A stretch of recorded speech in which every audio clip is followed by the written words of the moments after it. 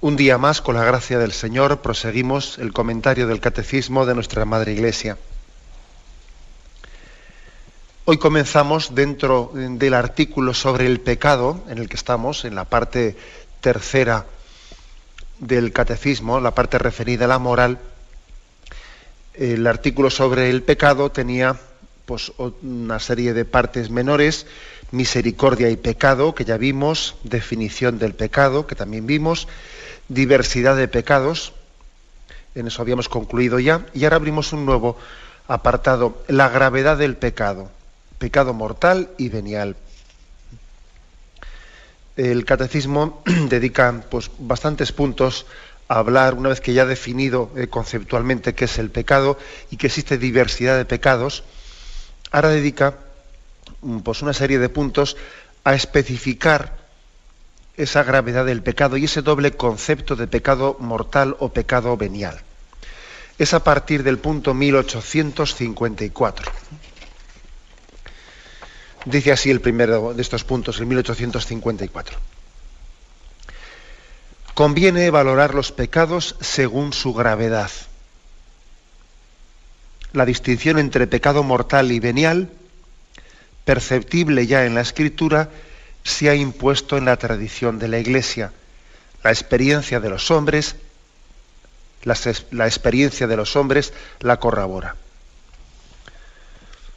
Afirmación pues de partida, que es conveniente. Es conveniente valorar los pecados según la gravedad. No para quitarle importancia a unos y a otros darles importancia, no, a todo le damos importancia. Pero dándole a todo importancia, pues tenemos que saber distinguir. Hay cosas que son más graves y menos graves, y creo que es en una batalla uno tiene que saber distinguir cuál tiene que ser su prioridad.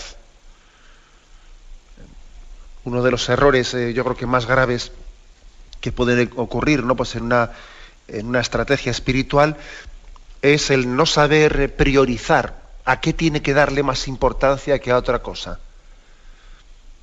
Uno tiene que saber que hay cosas más importantes en las que nos jugamos mucho más y cosas que tienen su grado de importancia pero que no son tan definitivas. También hay que luchar con ellas. Pero el saber distinguir es el inicio, es un punto básico para poder ganar una batalla. Saber discernir, saber distinguir lo grave de lo leve, etcétera.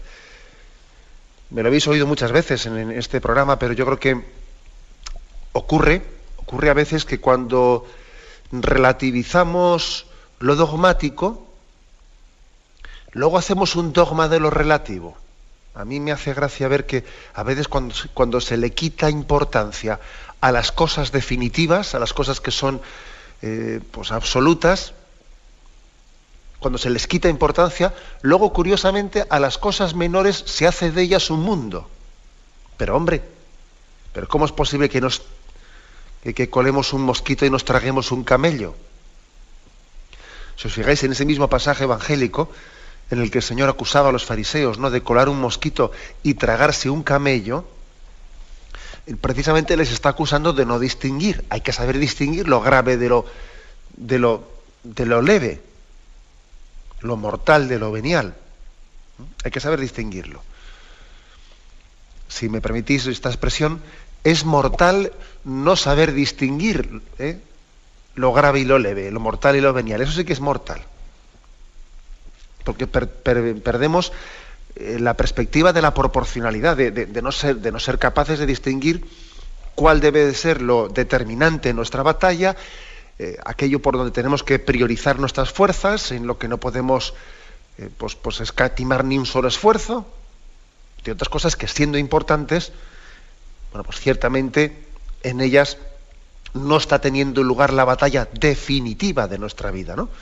Distinguir los pecados mortales de los veniales, pues es que es muy importante. Y ahí tenéis ese reproche, que creo que es bastante gráfico, del Señor a los fariseos, que les dice que están colando un mosquito y se están tragando un camello. Bueno, pues a esta conveniencia que es un bien para nuestra vida espiritual de distinguir, ¿no?, entre lo grave y lo leve. Aquí se añade el hecho de que en la Sagrada Escritura, en la tradición de la Iglesia y en nuestra propia experiencia, pues esto también así se ha hecho. Sagrada Escritura, se recurre aquí, el Catecismo nos cita primera carta de Juan, capítulo 5, versículos del 16 al 17, y allí se dice: si alguno ve que su hermano comete un pecado que no es de muerte, pida y le dará vida. A los que cometan pecados que no son de muerte, pues hay un pecado que es de muerte, por el cual no digo que pida. Toda iniquidad es pecado, pero hay pecado que no es de muerte. Esto está en la primera carta de Juan, capítulo 5, del 16 al 17. Un texto que me imagino pues que nos sorprenderá, ¿no?, porque muchas veces no lo habremos leído, ¿no? Es de los textos, la Sagrada Escritura pues es muy amplia y también la liturgia de la Iglesia hace una selección de textos, ¿no? Pues cuando los va a proclamar litúrgicamente, ¿no? Algunos textos pasan más desapercibidos, como este. Aquí se habla claramente que hay un pecado que es de muerte y otro pecado y otros pecados que no son de muerte. Bueno, pues esta distinción quiere decir que la propia Escritura está distinguiendo, ¿no?, entre pecado mortal o pecado venial. Hay más textos. Por ejemplo, Proverbios 24:16. Dice: 7 veces cae el justo, pero se levanta, mientras los malvados se hunden en la desgracia. Aquí Proverbios 24:16 nos afirma, bueno, pues que el justo, es decir, el hombre bueno, que va por el buen camino, el justo, cae 7 veces. Ya sabéis que el número 7 es un número que también hace referencia a la abundancia, o sea, sencillamente peca, todos somos pecadores, ¿no? Y el justo peca 7 veces. Es decir, peca, todos caemos de continuo. Todos estamos cayendo, tenemos esa... Cuando dice el Señor, es el que esté sin pecado que tire la primera piedra. ¿Qué quiere decir? Pues que todos pecamos, que de hecho nadie va a tirar la primera piedra si somos coherentes con esa frase de Jesús, porque todos pecamos. El justo peca 7 veces, incluso 7 veces al día. Pero aquí distingue, ¿no?, que 7 veces cae el justo, pero se levanta, mientras los malvados se hunden en la desgracia. Luego está distinguiendo entre pecados y pecados, y no es lo mismo. La Sagrada Escritura distingue entre ese tipo de pecados en los que cae el justo y ese tipo de pecados en los que hunden en la desgracia al malvado.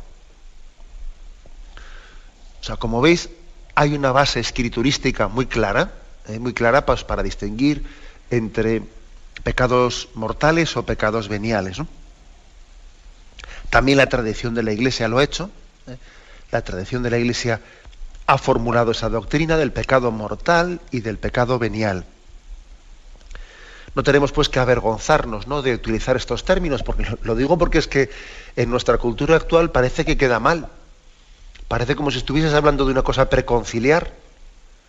Dices pecado mortal y pecado venial y parece que tienes que decirlo casi así de corridillo, ¿no? Porque estás diciendo una cosa que hoy en día términos que no se utilizan, como si fuesen obsoletos, ¿no? Como si formase parte de un lenguaje que no es... ¿Y eso de qué? ¿De dónde nos hemos sacado tal cosa? Como veis, esto tiene una base en la Escritura. La tradición de la Iglesia lo afirma con contundencia, ¿no? También las encíclicas posteriores de Juan Pablo II, ¿no?, Reconciliazo de penitencia, etcétera, reafirman, ¿no?, la necesidad de saber, de seguir utilizando estos conceptos de pecado mortal y pecado venial. No nos avergoncemos, ¿no?, de la Sagrada Escritura, no nos avergoncemos de nuestra propia tradición. Y dice una cosa más, ¿no? Dice, nuestra propia experiencia lo corrobora. Nuestra propia experiencia. Bueno, pues, ¿a qué se refiere en nuestra propia experiencia? Bueno, pues yo creo que se refiere a que somos conscientes de que todo no se puede meter en el mismo saco. Todo no se puede meter en el mismo saco. Está claro que todos somos pecadores. Está claro que cuando el Señor dice, el que está sin pecado que tire la primera piedra, bueno, pues con ello nos está declarando a todos pecadores. Pues claro que sí. Pero sería una excusa demasiado sibilina el escudarnos en que todos somos pecadores para equiparar pecado mortal y pecado venial. No, sería una excusa, sería una tentación, sería servirse, ¿no?, de la falsa humildad de que todos somos pecadores para justificar el pecado mortal. Luego, ojo con el que, como todos somos pecadores, metemos todos los pecados en el mismo saco. No, no es así. No es así. Nosotros tenemos, nuestra experiencia nos dice que no es lo mismo nuestro pecado cotidiano que un pecado que es determinante en nuestra vida, que es que fractura nuestra relación con Dios de una forma definitiva. Que también ese pecado puede existir objetivamente, ¿no? Y tiene nombres y apellidos. Pues no es lo mismo, y todo el mundo lo entiende, que no es lo mismo, pues por ejemplo, que una persona pues tenga su tentación continua de pereza, que es perezoso, que le cuesta dejar sus comodidades, que tal, que cual, pues eso le puede, pues es un pecado que le está continuamente persiguiendo en su vida, pues un pecado venial que continuamente le persiga, que sea infiel a su mujer, o sea, que es distinto, que ese pecado de adulterio en su matrimonio fractura definitivamente su vida moral, vamos, es que la fractura definitivamente. O sea que sería una falsa excusa el agarrarnos a, bueno, como todos somos pecadores, no, un momento. Hay una clara distinción entre un pecado mortal y un pecado venial, y tenemos que saber distinguirlo. Distinguir es el principio de la vida. Quien no distingue, quien no discierne es fácilmente engañado. Tenemos que pedir, pues, ¿no?, luz al Espíritu Santo para darnos cuenta de que en esta distinción hay también una gracia de Dios que nos quiere iluminar. Que nos quiere iluminar. Yo me acuerdo que en los primeros ejercicios espirituales que hice en mi vida, yo creo que tenía 15 años, pues los hicimos allí, pues en una casa de ejercicios de Urnieta, en Guipúzcoa, y me acuerdo que era un padre claretiano el que nos impartió aquellos ejercicios, y cuando concluyeron los ejercicios, a cada uno de nosotros nos repartieron una estampa. Me acuerdo que era el Cristo de Velázquez, y aquel sacerdote, en la parte de atrás de esa estampa, nos escribió cada uno unas palabras, ¿no? Yo conservo con mucho cariño esa estampa. Y dice allí, ¿no?: viviré habitualmente en gracia de Dios, y si caigo me levantaré. Ese era como el programa principal, ¿no?, el ABC que se nos proponía, fruto de unos primeros ejercicios espirituales, ¿no? Viviré habitualmente en gracia de Dios, y si caigo me levantaré. ¿A qué se refería? Pues a vivir sin pecado mortal.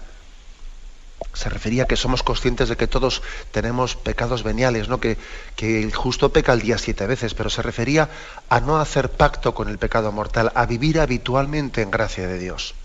Ese puede ser ese debe de ser, ¿no?, el primer objetivo de nuestra vida. Viviré habitualmente en gracia de Dios, y si caigo me levantaré. Bien, tenemos un momento de reflexión y continuaremos enseguida. Continuamos en este programa del Catecismo de la Iglesia Católica, explicando este apartado, la gravedad del pecado mortal y venial. Y pasamos al punto 1855, donde se dice: el pecado mortal destruye la caridad en el corazón del hombre por una infracción grave de la ley de Dios. Aparta al hombre de Dios, que es su fin último y su bienaventuranza, prefiriendo un bien inferior. El pecado venial deja subsistir la caridad, aunque la ofende y la hiere.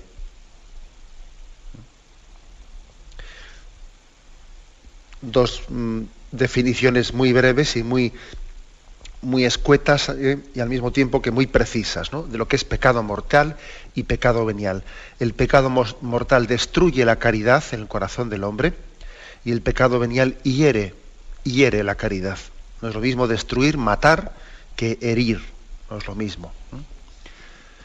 Alguno podría decir, yo ya sé que a veces se ha dicho, y desgraciadamente en algunos ambientes teológicos, que esto de hablar de pecado mortal y pecado venial son distinciones jurídicas y conceptuales, que es como querer encajonar las realidades espirituales pues en distinciones nuestras, en conceptualizaciones nuestras, etcétera, etcétera, ¿no? Pero es que la cosa es bastante más sencilla. No se tratan pues de esquemas ajenos al Evangelio, sino se trata de formular pues en términos nuestros realidades que están verdaderamente ahí presentes, ¿no?, en nuestra vida espiritual. Todos sabemos que la vida de caridad, la vida espiritual, la vida de gracia, es una amistad. Es una amistad. ¿Qué quiere decir vivir en gracia de Dios? Pues vivir en la amistad de Dios. Vivir en su amistad. Que Él viva en ti. Ahora, ¿qué supone romper la vida de gracia? ¿Qué supone perder la vida de gracia? Dejar de estar en gracia de Dios. Pues romper esa amistad. Romperla, pues el hecho de que por un determinado pecado mortal nosotros estemos ahuyentando la presencia de Dios en nosotros, que esa amistad sea rota. Todos sabemos, ¿no?, lo que es una amistad rota. Pues ha ocurrido una determinada cosa y se ha roto una amistad. Pues ha ocurrido un drama en el seno de una familia, un drama en el seno pues de una pareja. Resulta que alguien resulta que ha ofendido a tu novia. Y entonces pues esa ofensa hacia tu novia pues ha sido tan grave que ha supuesto la ruptura de una amistad, ¿no? Bueno, estoy tomando parte como os podéis imaginar, no es que esté yo justificando con este ejemplo nuestros rencores, no, estoy tomando una imagen de nuestra vida humana para referirla luego a Dios, ¿no?, a nuestra relación con Dios. Es decir, pueden existir determinados actos que supongan una ruptura de una amistad. Porque es grave lo que ha ocurrido, porque si por ejemplo si por ejemplo una persona ha estado jugando, pues he puesto el caso antes de la novia, no con la novia de su amigo, pues ese acto tiene suficiente gravedad como para que ha roto esa amistad. Y es imposible que esa amistad pueda proseguir sin que exista un arrepentimiento y una petición de perdón pues expresa, ¿no? Pues porque ahí lo que ha ocurrido ha sido muy grave. Bueno, pues ahora ese ejemplo humano refirámoslo a nuestra relación con el Señor. En nuestra vida pueden existir determinados actos, ¿no?, que rompan esa amistad con Dios, que la rompan, que espanten su presencia en nosotros, y uno entonces deja de vivir en gracia de Dios. Vive en pecado mortal. Dice que aparta al hombre de Dios, que es su fin último y su bienaventuranza. Por eso dice, ¿no?, nuestra fe católica que quien muere en pecado mortal no puede acceder a la salvación eterna. La condenación precisamente consiste en morir en pecado mortal. ¿Por qué? Pues porque está rota la amistad con Dios. No es que sea una especie de capricho de Dios que se venga diciendo, tú no vas al cielo. No, es que tú has roto la amistad con Dios y no has dado margen a que esa amistad sea recompuesta. Pecado mortal es, por lo tanto, es la ruptura de esa amistad. Y el pecado venial deja subsistir la caridad, o sea, no la rompe, pero la ofende, la hiere. El pecado venial no es que acumulando muchos pecados veniales se llegue a sumar un pecado mortal. Eso no es así. El pecado mortal no es la suma de muchos pecados veniales, no. Pero es verdad que los pecados veniales nos van debilitando y nos van haciendo más propicios, más proclives para caer en el pecado mortal. Nos debilitan la amistad. Es una amistad que se va enfriando. Es una amistad que, pues, como también podemos volver a recurrir, ¿no?, a nuestra experiencia humana y poner ese ejemplo de la amistad humana. Hay amistades humanas que no se han roto. No ha habido una ruptura, no ha habido un hecho grave como ese que he puesto yo antes, de que el otro había tonteado con la novia de su amigo, ¿no? No ha existido un caso como ese, pero sí que ha existido un alejamiento progresivo, un enfriamiento. Ha sido, pues, una amistad que poco a poco se va debilitando, ¿no? Esa es la imagen del amor humano que podríamos referir a Dios para entender qué es el pecado venial. ¿El pecado venial es incompatible con la salvación en el momento de la muerte? No. El pecado venial sí es compatible con la salvación, pero lógicamente, pues, necesita una purificación. Permitidme que eche mano de la encíclica publicada por Benedicto XVI, ¿no? Spe Salvi, su segunda encíclica, En esperanza hemos sido salvados, que este es el título de esa hermosísima encíclica, que el título está tomado de Romanos 8:24. En esperanza fuimos salvados. Spe Salvi, facti sumus. Bien, pues en esa encíclica, a partir del número 45 de la encíclica, habla de estos conceptos, del concepto de la purificación, de cómo el pecado mortal nos impide, o sea, el pecado mortal rompe la amistad con Dios, y por lo tanto lo connatural con el pecado mortal en el momento de la muerte es la condenación, es la cerrazón a esa amistad libremente ofrecida por Dios, ¿no? Pero tampoco falta, dice él, la idea de que, pues en la Sagrada Escritura, ¿no?, de cómo también se dan purificaciones y curaciones después de la muerte, en las que el alma madura para la comunión con Dios. Eso también forma parte de la tradición cristiana. La Iglesia primitiva, pues, fue poco a poco desarrollando, ¿no?, esta sensibilidad, y fue orando por los difuntos, porque era consciente de que también existía, pues, una necesidad de recomponer un alma que no había muerto suficientemente purificada. No había muerto en pecado mortal, es decir, no había muerto en una ruptura con la amistad con Dios, pero sí que tenía aspectos de su vida que no habían sido suficientemente purificados, ¿no?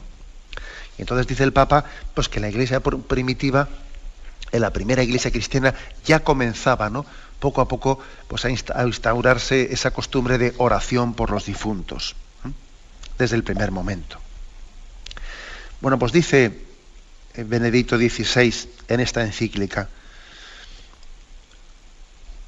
dice algo que es curioso. Dice: no obstante, según nuestra experiencia, ni lo uno ni lo otro son el caso normal de la existencia humana. ¿A qué se refiere con ni lo uno ni lo otro? Se refiere, pues, que ni el morir perfectamente purificado, ni el morir, pues, en la plena y perfecta santidad de alguien que está perfectamente preparado para ir a ver el rostro de Dios en el cielo, por desgracia no es tan frecuente, ni lo otro, ni que exista la maldad tan grande de cerrarse al arrepentimiento y a la misericordia de Dios, ¿no?, que es el estado de condenación. Dice él, según nuestra experiencia, hombre, nos podemos equivocar, ¿no? Dice, pero ni lo uno ni lo otro son el caso normal de la existencia humana.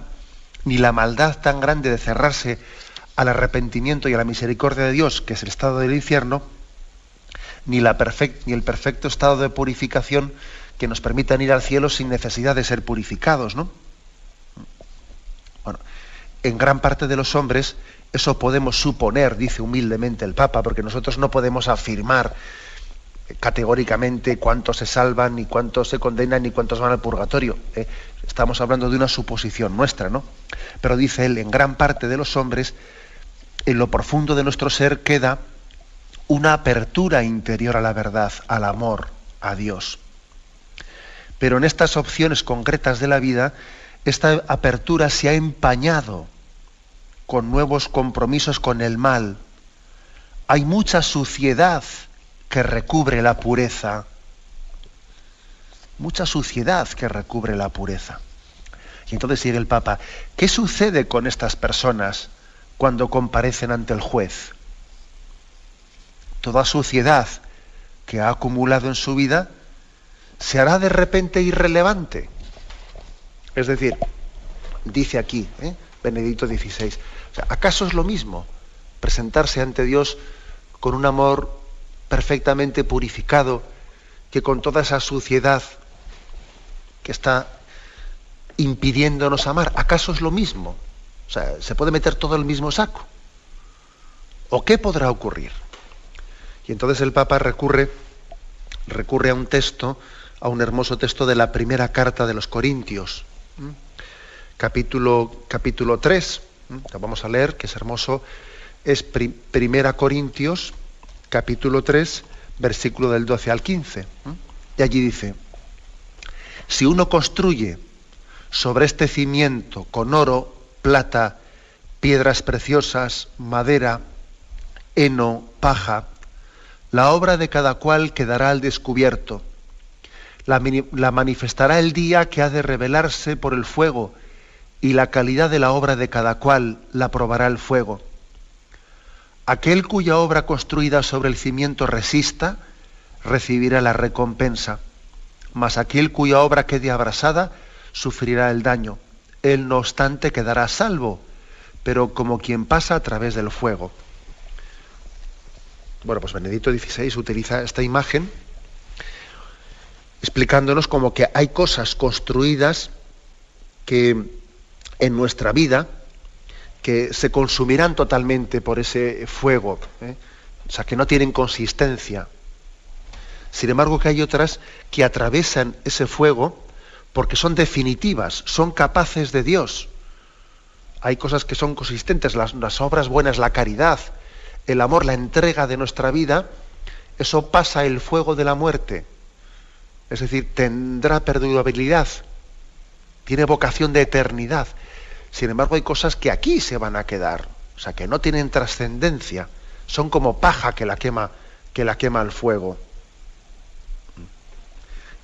Y tenemos que ser purificados, ¿no?, de todo aquello que no haya sido realizado en la perfecta caridad, de obras que han sido hechas por vanidad, o por buscarnos a nosotros mismos, o por egoísmos, o por intereses particulares, ¿no? Todo eso lo quema ese fuego, y allí únicamente lo que pervive, lo que tiene perdurabilidad, ¿no?, pues es lo que ha sido hecho en la caridad y en el amor de Dios.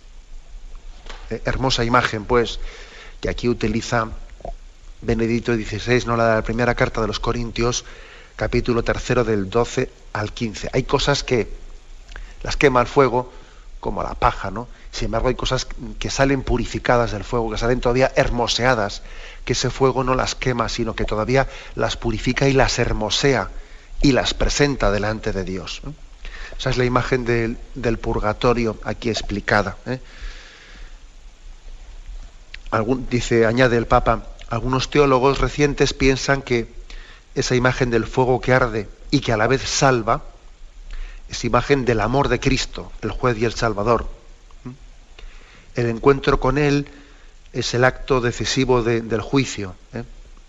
Ante su mirada, toda falsedad se deshace. Ante esa mirada del amor de Jesucristo, todo lo que hay de falsedad, todo lo que no tiene consistencia en nuestra vida, se deshace. Es como la paja que la quema el fuego. Es el encuentro con Él en el que, quemándonos, nos transforma y nos libera para llegar a ser verdaderamente nosotros mismos. Hermosa imagen, pues, en la que Benedicto XVI nos explica el misterio de la purificación del purgatorio, necesaria para que nuestros pecados veniales no nos impidan, ¿no?, gozar plenamente de esa visión de Dios. Bien, tenemos un momento de reflexión y continuaremos enseguida. Continuamos en este programa del Catecismo de la Iglesia Católica, continuamos explicando este apartado sobre el pecado mortal y el pecado venial. entramos en el punto 1856, que dice así: el pecado mortal que ataca en nosotros el principio vital, que es la caridad, necesita una nueva iniciativa de la misericordia de Dios y una conversión del corazón que se realiza ordinariamente en el marco del sacramento de la reconciliación. Y aquí viene un texto de Santo Tomás de Aquino que ahora vamos a leer. Cuando la voluntad se dirige a una cosa de suyo contraria a la caridad por la que estamos ordenados al fin último, el pecado, por su objeto mismo, tiene causa para ser mortal, sea contra el amor de Dios, como la blasfemia, el perjurio, o contra el amor del prójimo, como el homicidio, el adulterio. En cambio, cuando la voluntad del pecador se dirige a veces a una cosa que contiene en sí un desorden, pero que sin embargo no es contraria al amor de Dios y al prójimo, como una palabra ociosa o una risa superflua, tales pecados son veniales. Bueno, aquí, como veis, Santo Tomás de Aquino en la Suma Teológica da una explicación teológica de cómo se distingue un pecado mortal de un pecado venial. Entiende que el pecado venial de suyo es contrario a la caridad misma contra la cual estamos ordenados. Su objeto es contrario a la caridad. Pone el caso de la blasfemia, o el perjurio, o poner falsamente a Dios como testigo, ¿no? Como ejemplos de pecado mortal que va en contra de la caridad misma para con Dios, o de la caridad misma para con el prójimo. Y pone el caso del homicidio o del adulterio. Claro, cuando alguien pues atenta contra la vida del prójimo, está atentando contra la caridad, que es la finalidad de nuestra vida, nosotros estamos llamados a amar. Luego, quien atenta directamente contra la caridad está pecando mortalmente. Atenta contra la caridad a Dios o al prójimo. Y cometer homicidio es atentar contra esa caridad. Y cometer adulterio es atentar contra la caridad al prójimo, porque yo, cometiendo ese pecado, estoy atentando contra ese debido amor y respeto que yo debo a esa persona. Bueno, pues, sin embargo, los pecados veniales, aquí explica Santo Tomás de Aquino, no atentan directamente contra la caridad, sino indirectamente. O sea, la voluntad nuestra no atenta directamente contra la caridad, sino dice que contiene en sí, hace una opción por algo que en sí es desordenado. Por desordenado, ¿no? Pues, por ejemplo, aquí pone el caso de la vanidad, ¿no? El hecho de que alguien pues esté recurriendo pues a una serie de palabras, etcétera, pues por quedar bien, por ensalzar su imagen, o sea, está haciendo una opción desordenada, pero no está atentando directamente contra la caridad, el amor a Dios o el amor al prójimo. Por eso podemos calificar de pecado venial. No ha roto la caridad, no la ha roto, pero la ha debilitado. Bueno, bien, esa es una distinción teológica que hace Santo Tomás de Aquino, ¿no? En la Suma. Aquí igual lo fundamental de este punto, que estamos aquí comentando en 1856, antes de esta cita de Santo Tomás, es la afirmación que ha hecho de que el pecado mortal que ha roto la caridad con Dios solamente puede ser subsanado por una conversión profunda. O sea, como tú has roto la amistad con Dios, lo que no puedes pretender es que esa amistad se recomponga sin una conversión, sin una petición profunda y sincera de perdón. Volvemos a poner el ejemplo del amor humano, ¿no? O sea, cuando ha ocurrido pues una ofensa muy grave, lo que no puedes pretender es ir al día siguiente tú a esa casa como si no hubiese pasado nada. No, tienes que ir y pedir perdón. O sea, es decir, haya habido una fractura de relación humana y que has roto esa amistad. La única manera de recomponer eso es pidiendo perdón humildemente y esperando a que esa petición de perdón tuya sea acogida. Bueno, traslademos esta experiencia humana a nuestra relación con Dios. Todo ejemplo siempre, cuando se refiere a Dios, pues hay que purificarlo. Pero, es decir, si nuestra relación de amistad con Dios ha sido rota por el pecado mortal, pues solamente con una profunda conversión en la que el hombre pida perdón y se abra la misericordia de Dios, pues se puede recomponer esa amistad. O sea, no puedes pensarte tú que ahí no ha pasado nada. O sea, también esa llamada a la conversión es una llamada a que uno caiga en cuenta de la gravedad de lo que ha hecho, ¿no? Y se abra a una profunda conversión. Nos recuerda aquí el catecismo, dice: esta conversión del corazón se realiza ordinariamente en el marco del sacramento de la reconciliación. Bueno, así como los pecados veniales, que por supuesto también, ¿no?, se perdonan, los pecados veniales se perdonan en el sacramento de la confesión, pero los pecados veniales pueden ser también perdonados en otro marco distinto al del sacramento de la confesión.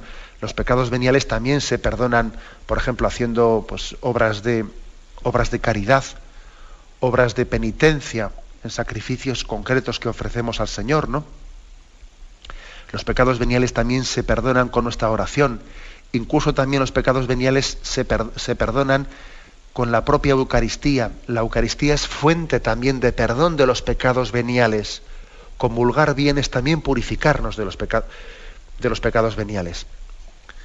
Si bien es cierto que la Iglesia Católica nos recomienda que nos confesemos habitualmente de nuestros pecados veniales, pues porque también supone el sacramento de la confesión una luz especial, ¿no?, para conocer esos pecados y decidirnos, ¿no?, a luchar contra ellos.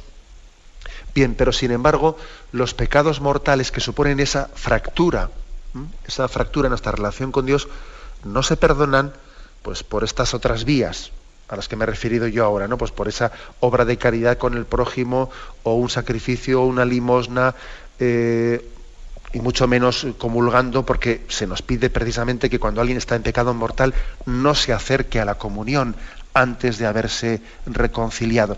El pecado mortal tiene otra forma, otro conducto para ser perdonado, y como nos dice aquí, ese conducto pues es ordinariamente el sacramento de la reconciliación.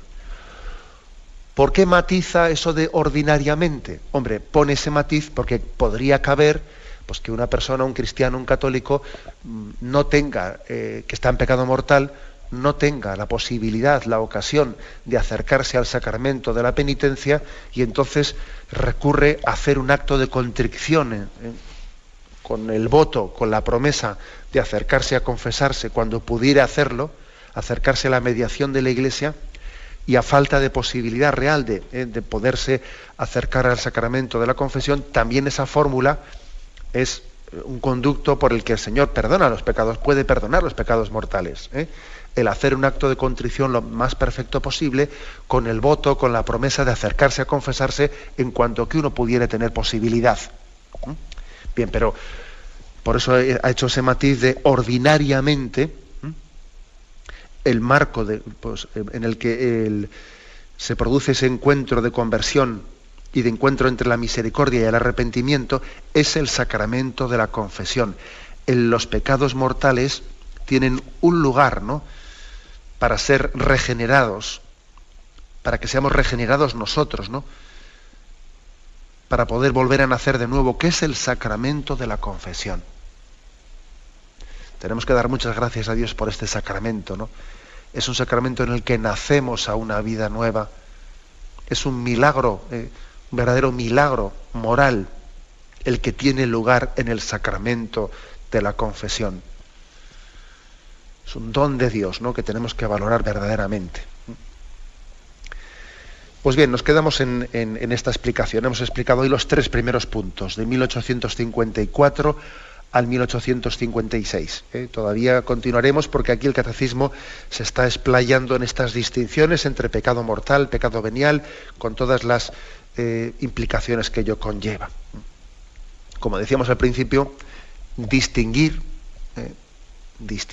discernir, pues es un principio necesario para poder avanzar en la vida espiritual. Tenemos el tiempo cumplido. Me despido con la bendición de Dios Todopoderoso. Padre, Hijo y Espíritu Santo, descienda sobre vosotros. Alabado sea Jesucristo.